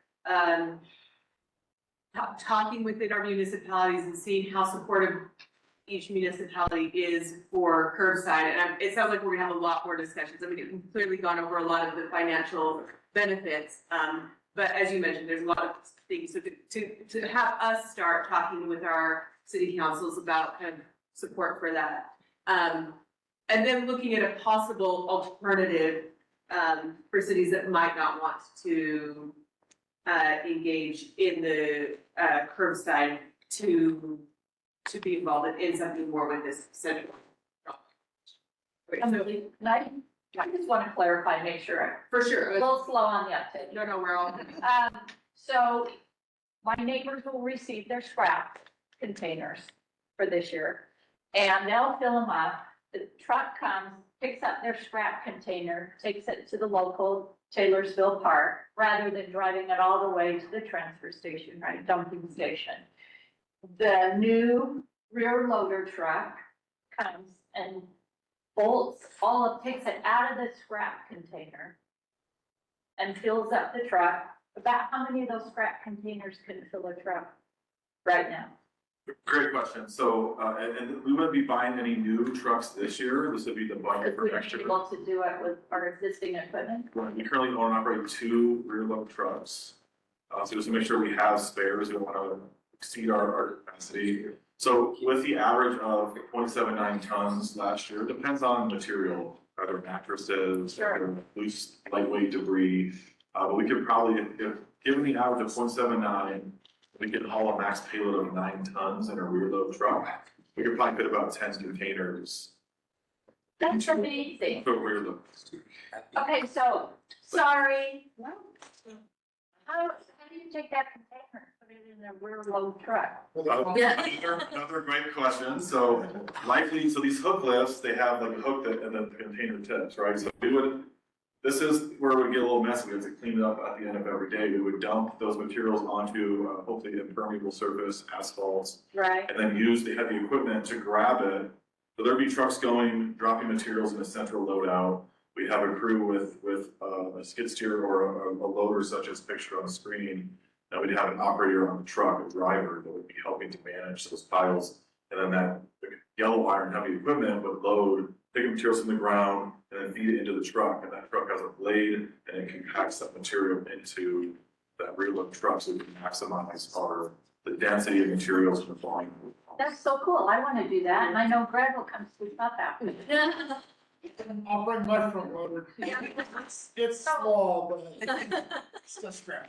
So my next question is, if Woodward is in the park that day with all of these scrap things coming in, or the containers coming and going, would that allow my residents to show up to the park and throw some stuff in to fill up that dumpster? Great question. We've talked about this. We've talked about this, and if we allow kind of a central drop off, we want to have a better plan like the Taylor's working. Yeah. So safety is a huge part of this, because if we have people, if our drivers are trying to focus on loading up materials, we have random cars showing up without traffic control and signage and cones and other logistics planning, it could result in Yeah, okay. a lot of, Okay. yes. So, but we have talked about that the residents who can't get, maybe they're on the wait list and they call in, we could offer and maybe have, okay, we'll schedule you to come at 3 o'clock on this day. Right, before all the trucks show up. Yeah, more of a managed process. Right, but before we Where- offer that, then we may need to have like a greeter, someone that's, you know, coordinating traffic, and so that would in essence increase our costs and our management of that program, so we're trying to limit that. But we could offer in certain communities, like a planned, in coordination with the city, a planned central drop off and cleanup event as well. Just to make sure we don't overcommit our resources and we have those resources to support those programs. But ultimately what we're trying to do is maximize how much can we service and maximize in meeting the service demand. That's kind of where we're focusing to start. One last thing, just really fast, yes or no.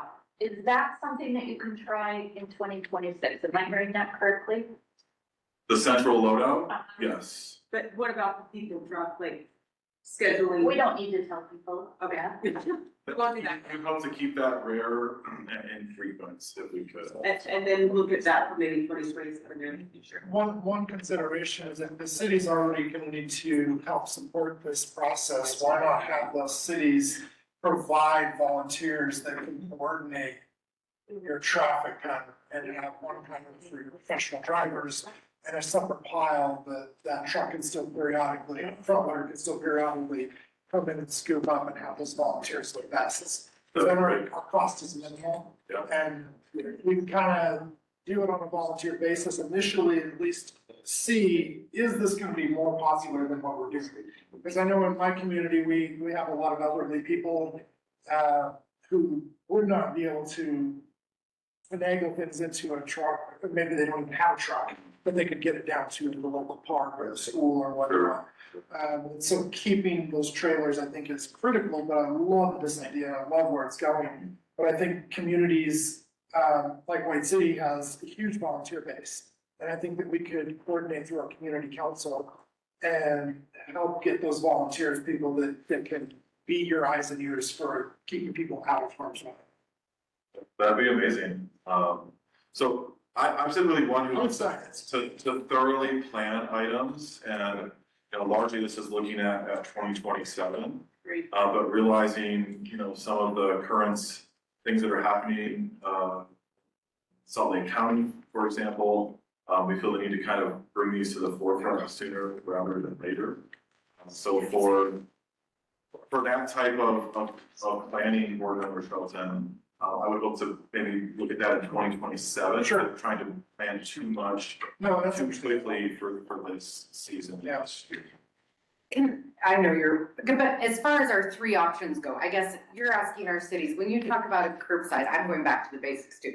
When you talk about a curbside pickup, you are saying that residents would put it on the curb and then one day or during a week, people would come, and so there's kind of these 3 different options, but that's what we're going back to our council to ask is, are we willing to allow residents to put their bulky waste out on the curb at some point in 2027? Okay, I'm just making sure that I know. And then you can look at all the other efficiencies. Yeah. That's good from our system. Okay, I just am making sure my ask is that I'm representing you well. And this So- would be structured. There are communities that do like Salt Lake City does Call the Hall.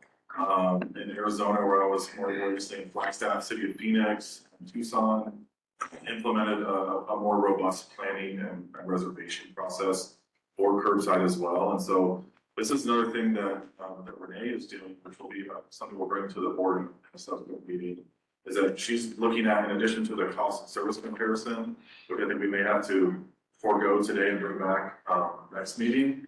But she's also looking at a comprehensive comparison in the similar areas as to how these multi-use programs are managed funded, limited, or materials are accepted, not accepted, size of panel, stipulations that we'll bring back as we evaluate this throughout the year. I'm just offered to be a partner in this because Sandy City, we have been doing this. It is the most beloved service that our residents have. And when we had a mayor who tried to take it away and go to containers, it did not go well.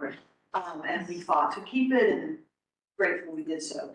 But there are things, Department of Water Quality, like stormwater, there were certain conditions we had to put in place. So we're happy to help you like think through that. But it's something that helps Sandy City stay. We believe our residents tell us over and over again that it is a way that helps Sandy City. We feel that the community gathers together, cleans up their yards, helps one another, helps those who are not able to, like getting things up and into a container versus just out. As long as we have to do a lot of education and communication and modeling and going back and educating again, but our residents have been so incredibly responsive. They've made those adjustments that we needed them to make, and it's fantastic. So please let us help. We've done so much of the heavy lifting in terms of what it looks like to ensure we are not endangering our stormwater and. So I know we're all really excited about this, and we obviously need a lot more information. We need a lot of information from our cities, and but it sounds like an incredible option, especially incredible financial option, and we have a good year to look at planning and get feedback. So I'm excited about that. Now, Sure. If I may, it sounds like we almost need like a subcommittee of a couple of board members to maybe join this effort for coordinating some of that, right? I think when we get to that point, that's incredibly Sure, great. just as a suggestion. Yeah, that's a fantastic idea. Just one second, Yes. really fast. So because we are running quite late, and I really like to respect people's time, what they've planned on. We are going to forego the Tri-County residential cost service comparison. I'm sorry, Renee, because I am excited to, but we're going to do that to another meeting. A lot of information in there, if y'all can get on your own, that'd be great. I think we just need to move on. So as far as the tentative, so we talked about this last month. So for our official March meeting, we had talked briefly, if you want to go to those slides as far as the fee schedule updates. I know we have 15 minutes scheduled for this, Evan and Helen, but if we could make it like 5. I'll be as brief as possible. Renee, is there any way we could cut the sides of the previews off and zoom in a little bit more so everyone can hopefully see this? Like you could probably close that pane. I was just gonna say for the scrap, if cities don't participate in this central loadouts, we'll remind you to help identify locations for that. So more to come on it as well. So if you could just scroll to the top, Renee, I'll explain this very briefly. So and then zoom to the right just a little bit. Perfect. So this is the tentative and proposed updates. We talked about a variety of new programs, new services. Some of this is cleanup. We're not imposing or increasing our fees. There are some highlights here. So the column on the right, January 1, that's what the current rates are. April 1st is what we would be proposing for a March public hearing. This needs to become in effect April 1st. So this first piece here, so no changes, we're not proposing any changes. But I do have some blue highlighted cells there, and those are items that I think we want to look at as we approach 2027 and the fee schedule. So a lot of these are related to the additional can fees. So our additional garbage can fee is $19.50, whereas our additional recycle fee is only $5 per month. So significant separation there. Same goes for our glass. We have an administrative markup for cost recovery. Our cost to the vendor has gone up. This kind of a heads up when we look at these additional can fees as we approach 2027. If you could scroll down, Renee. So we talked last month about having a new program that would be in addition to scrap. So not said scrap, but we know scrap, we can now accept tires. We are still accepting mattresses and scrap, and in some cases appliances if Freon has been removed. And so this is a program that we would start supporting on a very limited basis. We don't expect a lot of demand for this, but providing that option for our residents and community members, or if they want and have an old mattress they want picked up throughout the year, they can call and request that pickup. If they want us to manage a old refrigerator or a stove or range, but also for tires, which we identified last month, that there is a service gap. There are illegal dumping occurring throughout the county for waste tires. This would be residential only. We would maximize our efficiencies based on where our container maintenance team is operating throughout the day. We're not being on call same day service. But we're offering and proposing 3 different tiers of collection. So one is if it's in the valley and within our current service area in district. The Canyon communities, obviously it's a longer drive, so we're kind of introducing in some cases zone pricing here. But also we have a pickup fee, which we think would be rare and far between for in valley but out of district service areas. So other areas of the county or areas that might want to get rid of old tires that they were willing to pay the fee to bring those items forward. So again, these are preliminary, these are proposed, that would be brought before this board in a public hearing at the end of March. But we feel like this would be a great community benefit. This is something that I'm not aware of other service providers doing this. This is not something that the private sector would want to take on, because it would be, in most cases, limited from a profitability perspective. This is based on cost recovery, and we're pricing the tires, for example, $1 more per tire than the landfills would charge. So we're not offering a disincentive, but this is meant for cost recovery and to support us on our administrative overhead costs in planning and taking the calls and bookings, reservations, and of course the time and the distance of those areas. The out of district, we can certainly get rid of should the board not want to pursue that. But the different rates there are based on, because in district we're getting a revenue stream to where we're offsetting our costs. If it's out of district, it would just be Salt Lake County, obviously, but we're not getting consistent revenues to offset our costs and service in those areas. So in essence, we're, for lack of a better term, we're subsidizing the in-district service areas, but making sure we have cost recovery. As we mentioned last month, we would evaluate this throughout the year and make any adjustments as needed throughout the year. So.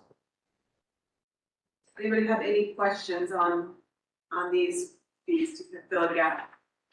Just a quick question to clarify, the changes that you were proposing and you're saying that will take effect in April, which is outside of our normal process, are really just related to these opt-in type services. Exactly. We're not changing any fees, only because we have this operational efficiency, which is fantastic. We've had, this surplus, so to speak, probably. I just want to make sure we're not increasing fees on regular service. I'm glad you pointed that out, because yes, these are only opt-in options. None of our standard fees are changing at all. Perfect. Okay. And the intent of this is to fill a community gap and to provide an additional community service that we feel will be desirable once folks are aware of it. And of course, as us being a public entity, solid waste district is to help to keep our communities clean, sightly, and safe, and to provide those avenues and resources to clean up additional materials outside of the scrap program, for example. But you're absolutely right.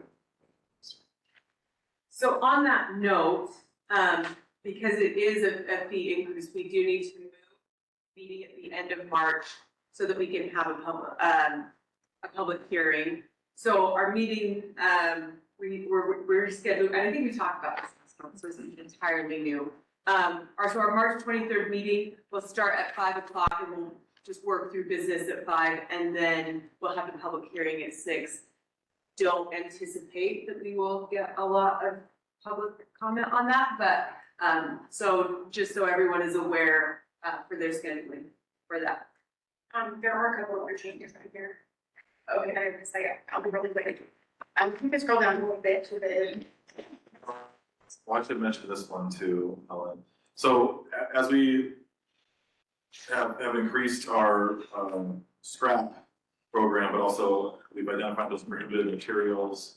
And so we'd like to have the ability to recover costs through assessment fees, which is what we're proposing in this section here. It's essentially double the regular cost of the disposition of the other materials. But for example, if we have tires and scrap, it's going to put our drivers in unsafe conditions. We're going to have to take these tires out.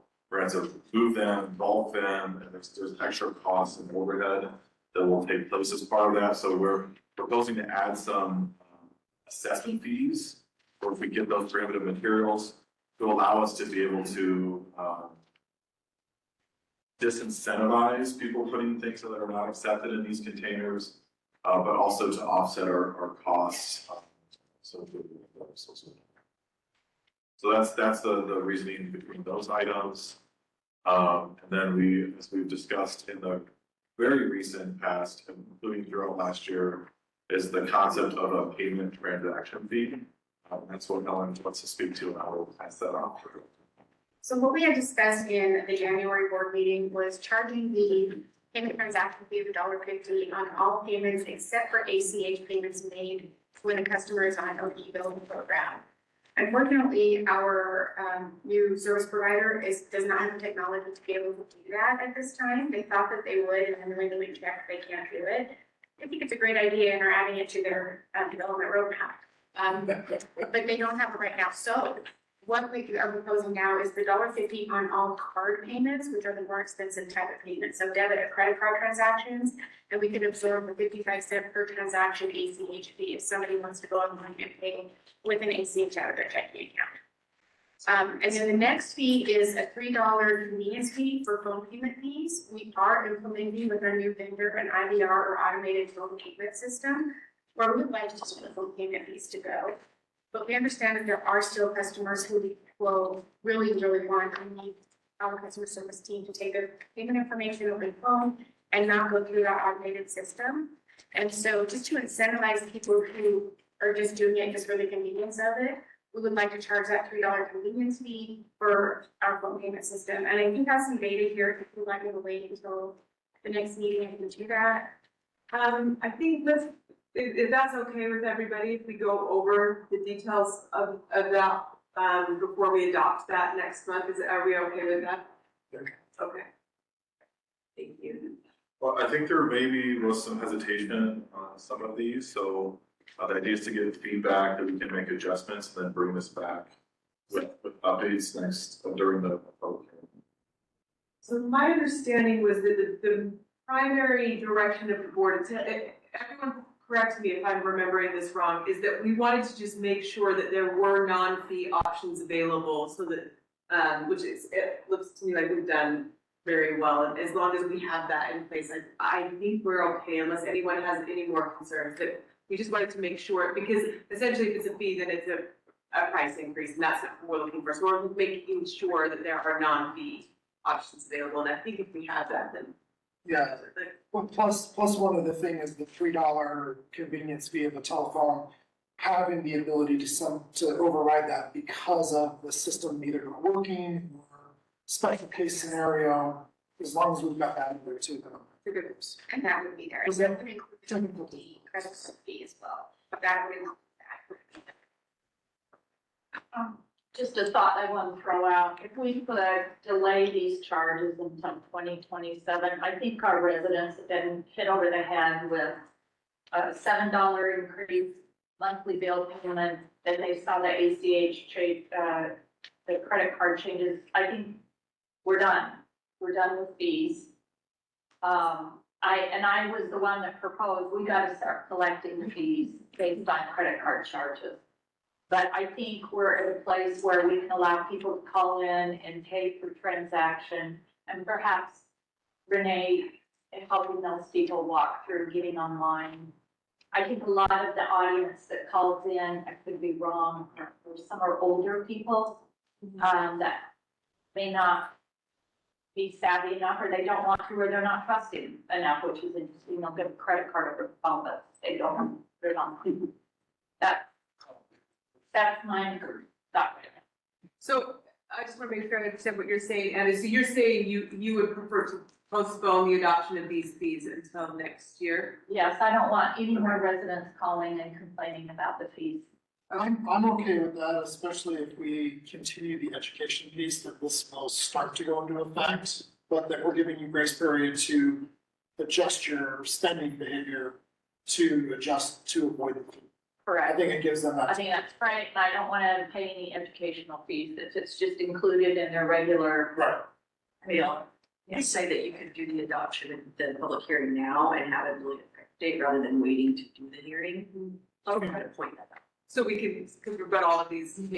Yeah, we're getting planned out a schedule. You could still do the hearing and it's determined that you want to say we're approving it now, but it'll be effective as of XYZ date. That's legal. If you say it's approved now, it's gonna go out online, it'll go public, it'll get on Facebook, and we'll get phone calls. So you're wanting to not even approve it? I don't even wanna address it this year.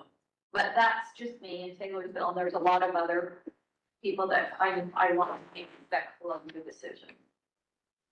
One thing I will add is as we think about the narrative, depending on what action is taken, I think it's gonna be really important to communicate how intentional we've been in improving our operational efficiency. That is how we've been able to, have this savings. And so some form of, this is what we've been doing to increase efficiencies.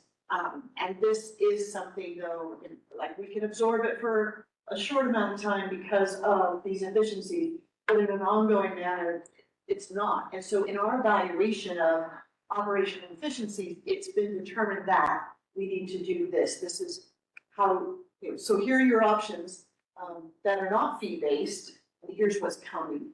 I think it's really important to say, we've put in a lot of effort to streamline and create some efficiencies that have allowed us to absorb this for a certain period of time. So it sounds like what I'm hearing is some support for Anna's approach to hold off on those transaction fees. Anyway, I would agree with that. Yeah, I don't agree. Okay. All right, well, it sounds like we have some direction then, moving forward, on that. So, all right. All right, now moving on to 4.7. I'm gonna that though. Right, what about 6? We need a motion to do the scheduling. Yes, oh, sorry. Thank you. Oh, sorry. Oh, yes. Lori, you got your hand up? Yeah, just make sure when we do, if we can waive those fees, if we can do those things, we do need to have like a protocol, something written on when and why we do that so it's consistent and it would pass an audit. That's going to be vital. That is part of our policy. When is it appropriate to waive a fee like that? When is it not? I want to make sure that we cover that basis so that we're clean and clear if there was ever an audit of why we're waiving certain fees and not others. Does that make sense? Yes, thank you. That's a really good point. All right, so if we can get a motion to reschedule the March 23rd meeting, 5 o'clock, and then the public hearing at 6 o'clock. So moved. In a second? Second. All right, motion in a second. All in favor? Aye. Any opposed? Okay. All right. All right, now, Rachel. I'll be brief. This is the agenda item to talk about getting direction on developing an interlocal agreement with Harriman and addressing their withdrawal request. So I'm going to be really brief. We had a great meeting with Harriman City on February 19th. It was, our admin team and then our chair and vice chair. We met with Harriman City and we come to you today with seeking direction and approval just to proceed in a certain direction. We're not asking for any formal approval of specific terms per se, but just that we have the direction to continue with this approach. And namely what that would include and why we are seeking direction is we talked with them about basically creating an expedited withdrawal process for them. And part of that would include foregoing doing a feasibility study, which would be both a cost savings and a time savings. Helen has prepared a lot of financial information that we can use as we have these conversations, and we think we could get through the process more quickly if we go that route. We've talked about Harriman keeping the cans that they already have there.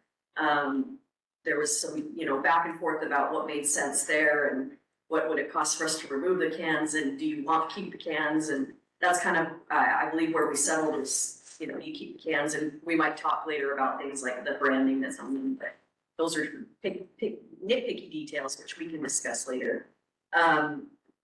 We talked with them about coordinating the timing of the withdrawal, so we expressed the ability to do it as quickly as possible in a matter of a couple of months. They expressed that, in fact, they might need it a little bit longer than that in order to get a new hauler up and running, and so we will work through that together and picking the exact best time for everyone, because obviously the transition needs to be seamless. And luckily, this sort of transition wouldn't be too difficult. It just, on our side, would just be a matter of not sending trucks one week, just all of a sudden we stop serving them, especially if they're keeping the cans. So, but we will coordinate that, and then also thinking about coordinating around billing cycles and making sure that we do what makes most sense for Helen's team in terms of when were people billed and when does it make sense to transition to make that as efficient as possible. There will definitely be a few more details worked out, but that's the rough discussion that we had. And if we have your approval to kind of proceed in this general direction, we can start working with Harriman's team, namely me and their attorney. We can work on what we were thinking of doing as an interlocal agreement to kind of set in stone what our expectations are and the process. And that way we both have assurances that we'll proceed as we agreed, so even if we're not ready to start the actual withdrawal because we need a little bit of, Harriman might need a little bit of time to get the new service up and running, we at least have the framework agreed to and then proceed under that. So that's just the general direction we're wanting from you. I see we have a hand up from Laurie. Yeah. Just really quickly, I would like to see us, when we send that last billing to those in Harriman who are no longer be with us, that we literally send a letter with it that says, or something on the bill or whatever that says, it has been a pleasure to serve you and we wish you luck with your new service provider. And just something simple like that, so people are aware when they pay their last bill that this is coming, because not everybody pays attention. And we want to make sure that they know we've enjoyed serving them. We've been grateful to be able to give good service to them. And, we wish the city of Harriman and all other people good luck with the new service and, happy trails kind of a thing. Does that make sense? That makes sense. And that is a good point that I didn't mention previously, but we did also discuss that there will definitely be a large need for a major communications effort here. And I think largely that will take place on behalf of, on Harriman's side. They'll be communicating with their residents, but that's not a bad idea for us to include that as well. So yes, Greg. One other detail that may or may not matter, but currently, if we have any delinquent accounts in Harriman, how does that affect our ability to collect those remaining accounts if they're technically out of the district? That's a good question. And we'll look at that. I'm assuming we can still certify those on. Yeah, that's something that just. But yeah, there's a lot of little details that once Once Herman's attorney and I start writing this document, we'll be like, oh, didn't think of that, you know? So those are the kind of things exactly that we'll need to work through. And obviously, we're not asking approval on any of that in detail, and anything that we come up with through further negotiations would be brought forward to the board and the Herman Council to formally approve. But as long as we kind of have this general idea of expediting, you know, foregoing the feasibility study and letting them have the cans and that sort of stuff, I think that's a good starting point for us to continue these discussions. Nelson? Yes, just clarifying question around this framework that we're discussing. The framework in and of itself is, I know, a conversation with Harriman, but the impact to the rest of our cities is cost neutral, right? This what you're building with them, other cities will not be absorbing. I will say, we've done a lot of framework financial analysis, and Helen can chime in. We are not anticipating a fee increase, I can say that, right? That's the plan. In terms of other costs, I think it's impossible to have someone leave and not have some adjustments that will need to be made, and we will manage those. I don't know if you want to speak to that anymore, but I think that the biggest question of your residents would be like, are my costs gonna go up for this? And I think that it's been decided that we can do this without having a fee increase. Madam Chair, can I add before Helen answers or asks this question? Is there any discussion about additional equipment going to Harriman, number one? And number two, they are leaving, so that would leave some of those employees that would be served, the number of employees may be able to drop here. I know that we have some positions that we can backfill, right? We can use those employees.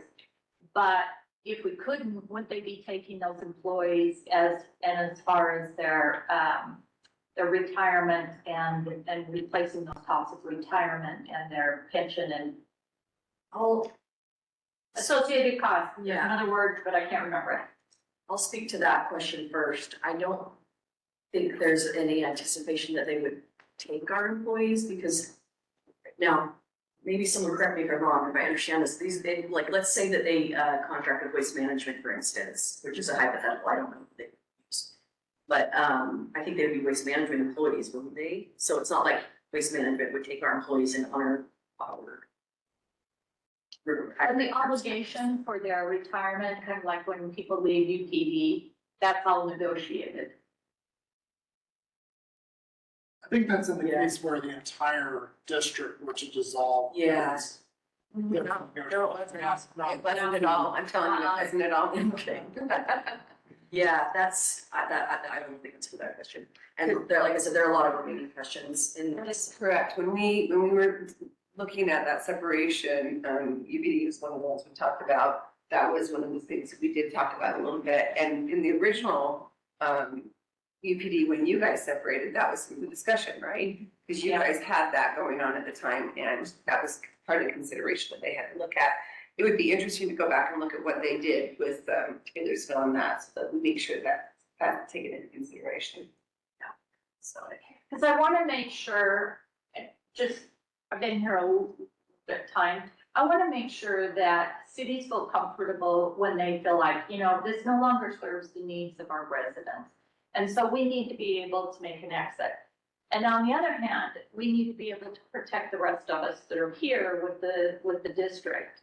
And so I just want to make sure everything is equitable and in writing, and a process that's fair to cities, residents of all cities, and to Woodward. I think you're expressing how we all feel. Yeah, that's how we feel. And I think that you're expressing that really well. As far as increased costs, to Marcy's question, just a little bit in broad strokes, I actually don't have Helen's detail.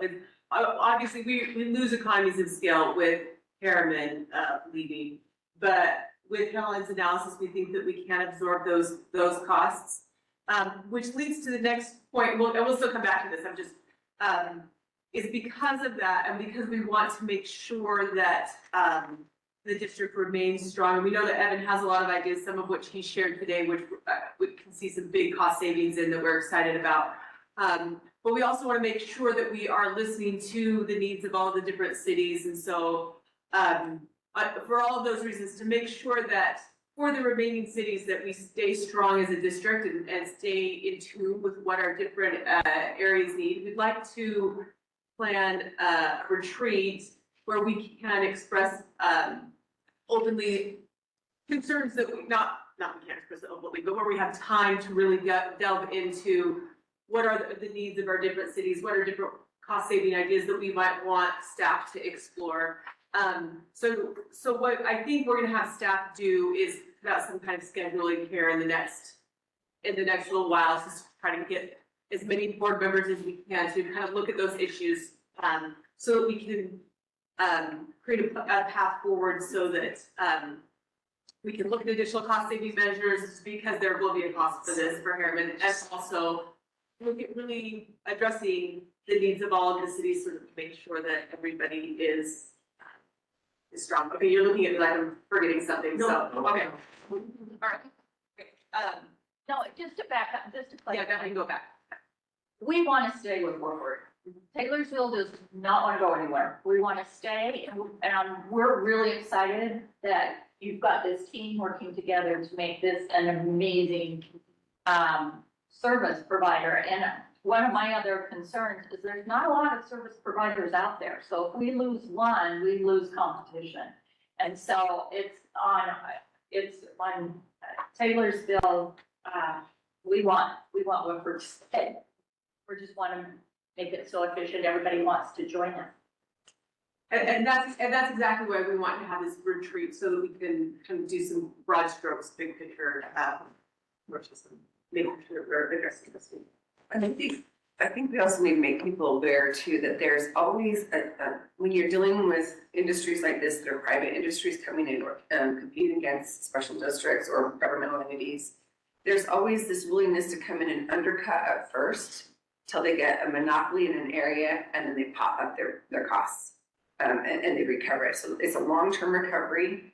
They're not looking at recovery up front, they're looking at recovery towards the end, right? And so you may be getting a good deal up front, but I promise you, you will not be getting a good deal at the end. And it's that whole cost savings. We've seen this happen across the nation with counties all over the place. This was actually one of the discussions we had at NACO, our national thing. What is that? It's undercutting by industries coming in, shutting down the city's services by literally undercutting them, and people want to go there. And then as soon as they're the monopoly or have the majority of it, one or two businesses will actually combine and be like they're pairing off of each other, and then they both bump it up at the same time.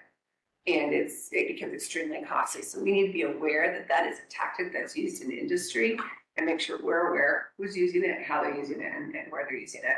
Because some of these national organizations that are coming in and trying to undercut right now, that's exactly what they do. And they've done it in multiple places, and now they're paying more than they did originally. So. Chair, just to follow up. Yeah, was when you Stanley Grove State loves what we're saying, is that they no longer work with a private company. They no longer have any input. No, because here, all the board members, we have that ability to make changes and adapt versus you hire a private contractor, you have no say in operations. It's their program. Ask a whole lot, but again, it's a multinational corporation, and they're gonna act in their best interest, not in their customers' best interest. If I may just real quick, I think it's also important to note that, Woodford provides significantly more services than just trash and recycling and pickup. So that's true. Just moving back, really fast, because the staff does need direction on this, kind of these broad strokes that Rachel outlined for our agreement with Harriman. Are we supportive of that? And then as we get into nitty-gritty details, if we need to approve specific things, we will. Any opposition or? Oh, I have some concerns. I'm generally in favor of this because of the circumstance that we're in. Not would be more opposed because, in general, because of the precedent set. It sounds like in this case, we have other operational efficiencies that we can tweak, whatever, so that it is, I mean, those are one-time things. Not to say Taylorsville ever would, but if they ever decided to leave, or Magna, or somebody else who's a big, a big chunk of the service area decided to leave, we may not have those one-time efficiencies, and we may have to say, no, we can't leave, and then all of a sudden it's one to live there, and Well, that's off the table with the new legislation anyway, so if you're living in a whole. That's the second part of what I was saying is with this bill that's almost through the legislature. Yeah, and so. Taking our legs out from under us as far as what the rest of us can even say. It's true. True. That. And which is why our focus is, like, it is eminently clear that Harriman is leaving, like, that is happening. And so we would rather negotiate that on friendly terms. That's where I was going. And that's why we like this approach, is we are at the table with them and we are discussing things and we can make it pain-free as much as possible. And then the plan is to refocus over the entire remaining year of strengthening the district, strengthening board member confidence, making sure everyone is, if you have issues, express them, we'll work on it together. And that's where we get into the protectiveness of protecting the remaining district. And honestly, this has changed, I think, all of our perspectives. We'll be more forward-looking, and we hope to address these things in advance instead of, having to play catch-up on these things in the future. And I was gonna mention that with the bill that's out now that removes the say. Yeah.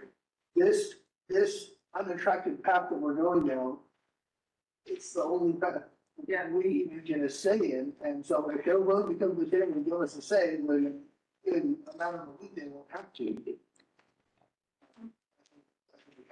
Yeah. I don't. I think we have to. I hear you. Sure. Any other thoughts? Are we agreed to support that? Okay. All right, so, and then just really briefly, I know staff will get out and try to schedule that retreat so that we can, look at, kind of big longer-term direction. One other question. One of the things we haven't done is looked at smaller commercial where we can pick up the garbage on these routes out to areas that are now kind of more distant now. Is it possible to actually look at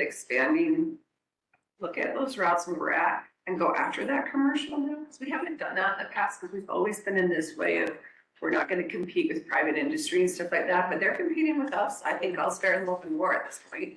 And so We'll have to look at that. We've talked about expanding our charters, but and that's definitely on the to-do list, or at least looking. But it makes sense if we have a route, let's get every business along that route into where we need to go and to make sure it's paying for itself to get us there. I think those are the kind of things that we really want to dive into on a retreat and see where the board is on some of those bigger questions, because I think that those are the kind of things that we really want to look at. Yeah, absolutely. So, okay. All right. I don't think we have a need for a closed session today. So if I can get a motion to adjourn. So moved. Second. All in favor? Aye. See you guys March 23rd.